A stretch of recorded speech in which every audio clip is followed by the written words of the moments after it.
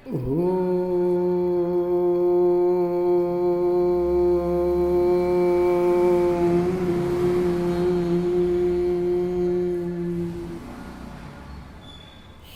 ಗುರು ಬಸವಲಿಂಗಾಯ ನಮಃ. ಈ ದಿನ ಜೇಡರ ದಾಸಿಮಯ್ಯನವರ ಒಂದು ವಚನವನ್ನು ನಾವು ನೋಡೋಣ. ದಾಸನ ಕುಲವಾದಾತ ಈಶಂಗಲ್ಲದೆ ಶರಣೆನ್ನ. ದಾಸನ ಕುಲವಾದಾತ ಈಶಂಗಲ್ಲದೆ ಶರಣೆನ್ನ. ಆಸೆ ಮಾಡ ನೋಡ ಅನ್ಯ ದೈವಗಳಿಗೆ. ಆಸೆ ಮಾಡ ನೋಡ ಅನ್ಯ ದೈವಗಳಿಗೆ. ವೇಷದ ಪಿಶಾಚಿಗಳಿಗೆ ಆಸೆ ಮಾಡಿದನಾದಡೆ. ವೇಷದ ಪಿಶಾಚಿಗಳಿಗೆ ಆಸೆ ಮಾಡಿದನಾದಡೆ. ಅವ ದಾಸನ ಕುಲವಲ್ಲ ಅನ್ಯ ಕುಲ ಕಾಣ ರಾಮನಾಥ. ಅವ ದಾಸನ ಕುಲವಲ್ಲ ಅನ್ಯ ಕುಲ ಕಾಣ ರಾಮನಾಥ. ಇಲ್ಲಿ ಜೇಡರ ದಾಸಿಮಯ್ಯನವರು ಈ ವಚನದಲ್ಲಿ ಏನು ಹೇಳ್ತಿದ್ದಾರೆ ಅಂದರೆ ಏಕದೇವೋಪಾಸನೆ ಬಗ್ಗೆ. ಅಂದರೆ ಸೃಷ್ಟಿಕರ್ತ ಪರಮಾತ್ಮ ಒಬ್ಬನೇ, ಆತನಿಗೆ ಅಷ್ಟೇ ನಾನು ಶರಣಂತನಿ. ಮತ್ತು ಉಳಿದಂಥ ಕಾಕು ಪೋಕ ದೈವಗಳಿಗೆ ವೇಷವನ್ನು ತೊಟ್ಟು ತಿರುಗುವ ಆ ಡಾಂಬಿಕರಿಗೆ ಅನೇಕರು ಹೇಳ್ತಿರ್ತಾರೆ, ಅವರು ಒಂದು ವೇಷ ತೊಟ್ಟುಕೊಂಡು ಅವ್ರ ಮೇಲೆ ದೇವ್ರು ಬರ್ತೈತಿ ಹೇಳ್ತಾರೆ. ಮತ್ತು ಇನ್ನು ಕೆಲವು ಮಂದಿ ಅವ ದೇವ್ರ ಹೇಳ್ತಾನ ಅಂತ, ದೇವ್ರ ಹೇಳ್ತಾನವ, ಅವಾಗ ಅಮಾವಾಸ್ಯೆಗೊಮ್ಮೆ ದೇವ್ರು ಬರ್ತೈತಿ, ಹುಣ್ಣಿಮೆಗೊಮ್ಮೆ ದೇವ್ರು ಬರ್ತೈತಿ, ಅವ ದೇವ್ರು ಹೇಳ್ತಾನವ ಅಂತ ಹೇಳಿ ಅನೇಕರು ಅವರನ್ನು ನಂಬಿ ಹೋಗ್ತಾ ಇರ್ತಾರೆ. ಹಾಗೆ ಇಲ್ಲಿ ಜೇಡರ ದಾಸಿಮಯ್ಯನವರು ಏನು ಹೇಳ್ತಾರೆ ಅಂದರೆ ಸೃಷ್ಟಿಕರ್ತ ಪರಮಾತ್ಮ ಒಬ್ಬನೇ, ಆತ ಒಬ್ಬನಿಗೆ ನಾನು ಶರಣಂತೇನೆ ಅನ್ನುವುದನ್ನು ಇಲ್ಲಿ ಅವರು ನಮಗೆ ಉಪದೇಶವನ್ನು ಕೊಡ್ತಾ ಇದ್ದಾರೆ. ಏನು ಹೇಳ್ತಾರೆ, ದಾಸನ ಕುಲವಾದಾತ ಈಶಂಗಲ್ಲದೆ ಶರಣನ್ನ.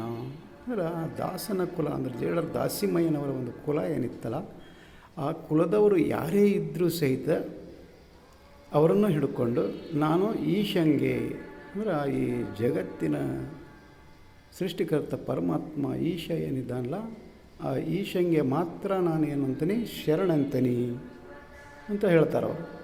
ಹಾಗೆ ಮುಂದೆ ಏನು ಹೇಳ್ತಾರೆ ಅಂದ್ರೆ ಆಸೆ ಮಾಡ ನೋಡ ಅನ್ಯ ದೈವಗಳಿಗೆ. ಅಂದರೆ ಮತ್ತೆ ಬೇರೆ ಒಂದು ದೈವಗಳಂತ ಏನು ಹೇಳ್ತದಾರಲ್ಲ, ಕಾಲಿಡಲಿಂಬಿಲ್ಲ ಅಂತೇಳಿ ಗುರು ಬಸವಣ್ಣನವರು ಒಂದು ಕೇಳ್ತಾರೆ.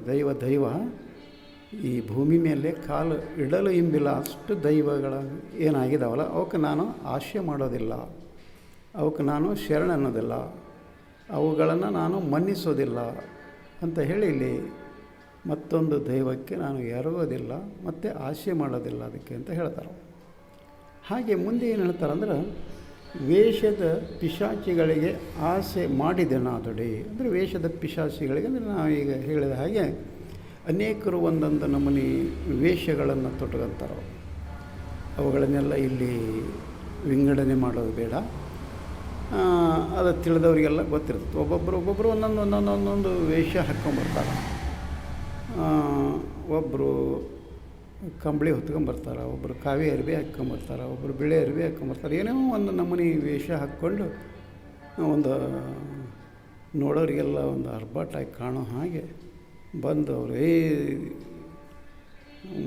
ಗುರುಗಳು ಬಂದಾರ, ಸ್ವಾಮಿಗಳು ಬಂದಾರ ಅಂತ ಹೇಳಿ, ಮತ್ತು ಅಜ್ಜಾರು ಬಂದಾರ ಹೀಗೆ ಹೇಳಿ ಒಂಥರ ಮನೆ ಒಳಗೆ ಹೋಗಿ ಆ ಮನೆಯವರಿಗೆಲ್ಲ ಒಂಥರ ಮಂಕು ಬೂದಿಯನ್ನು ಎರಚಿ ಅವರಿಗೆಲ್ಲ ಒಂದು ಮನಸ್ಸಿನ ಸ್ಥಿತಿಯನ್ನು ಅಲ್ಲೋಲ ಕಲ್ಲೋಲ ಮಾಡಿ ಅವರಿಂದ ಒಂದು ದ್ರವ್ಯವನ್ನು ದೋಚ್ಕೊಂಡು ಹೋಗ್ತಾರೆ. ಹಾಗೆ ಅನೇಕರು ಆ ದಿನಮಾನದಲ್ಲಿ ಇದ್ದರೂ ಈ ದಿನಮಾನದಲ್ಲಿ ಸಹಿತ ಇರ್ತಾರೆ. ಅವರು ಬರ್ತಾರವರು.